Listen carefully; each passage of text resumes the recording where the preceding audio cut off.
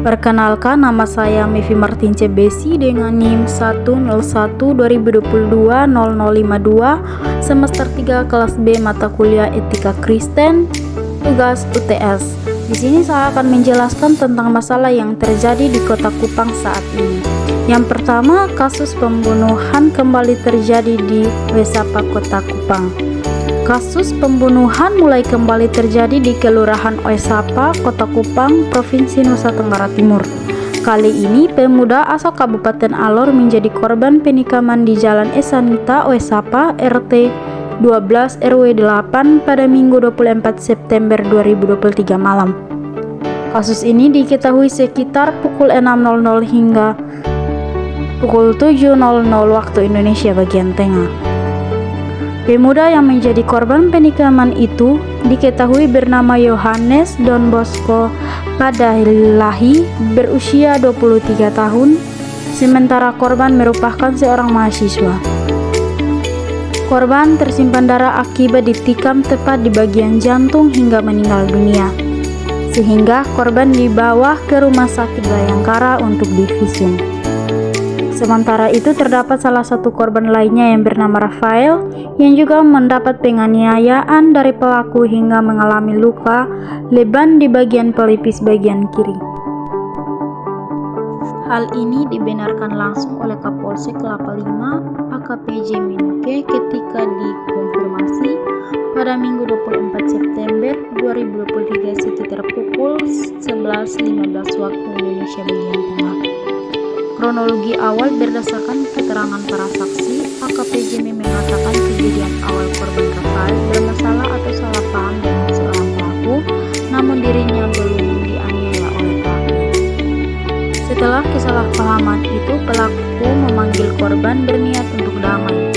Sampai di sana mereka atau korban ini dapat pukulan dari pelaku di muka, langsung Rafael dan korban yang meninggal langsung lari katanya. Langsung disampaikan korban yang meninggal dunia pun lalu memanggil dua rekan lainnya untuk pergi ke TKP awal. Sampai di TKP, perkelahian pun terjadi hingga korban meninggal dunia.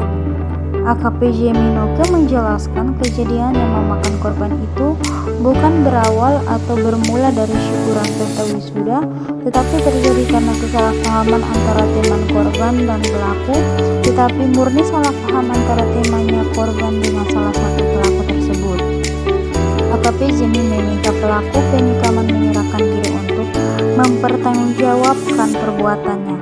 Tersangka masih lidik dan belum tahu namanya jelasnya lagi. Yang kedua, di sini saya akan menjelaskan tentang cara pandang Alkitab, undang-undang, dan norma-norma dari kasus pembunuhan. Yang pertama, cara pandang Alkitab dari kasus pembunuhan yang terjadi di Wesapa, Kota Kupang, Provinsi Nusa Tenggara Timur. Yang pertama, Keluaran pasal 20 ayat 13. Yang kedua, Matius pasal 5 ayatnya yang ke-21. Yang ketiga, Ulangan pasal 5 ayatnya yang ke-17. Yang keempat, Injil Lukas pasal 18 ayatnya yang ke-20. Dan yang kelima adalah Imamat pasal 24 ayatnya yang ke-17. Dan yang berikut adalah cara pandang undang-undang dari kasus pembunuhan. Yang pertama, Undang-Undang pasal 458 ayat 1. Yang kedua, Undang-Undang pasal 28 ayat 1. Dan yang ketiga, Undang-Undang pasal 16 ayatnya yang ke-1. Dan yang ketiga adalah norma-norma dari kasus pembunuhan. Kasus pembunuhan termasuk dalam norma hukum pidana.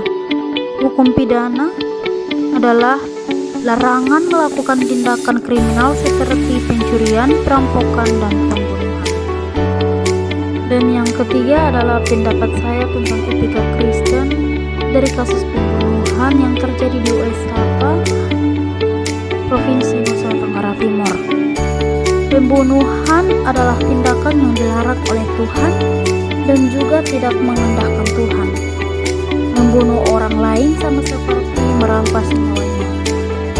Oleh sebab itu, kita sebagai manusia yang beretika haruslah saling mengasihi satu dengan yang lain dan jangan menyimpang amarah kepada orang lain, tetapi saling mengampuni dan saling menghargai, karena sesama kita adalah bagian dari hidup kita.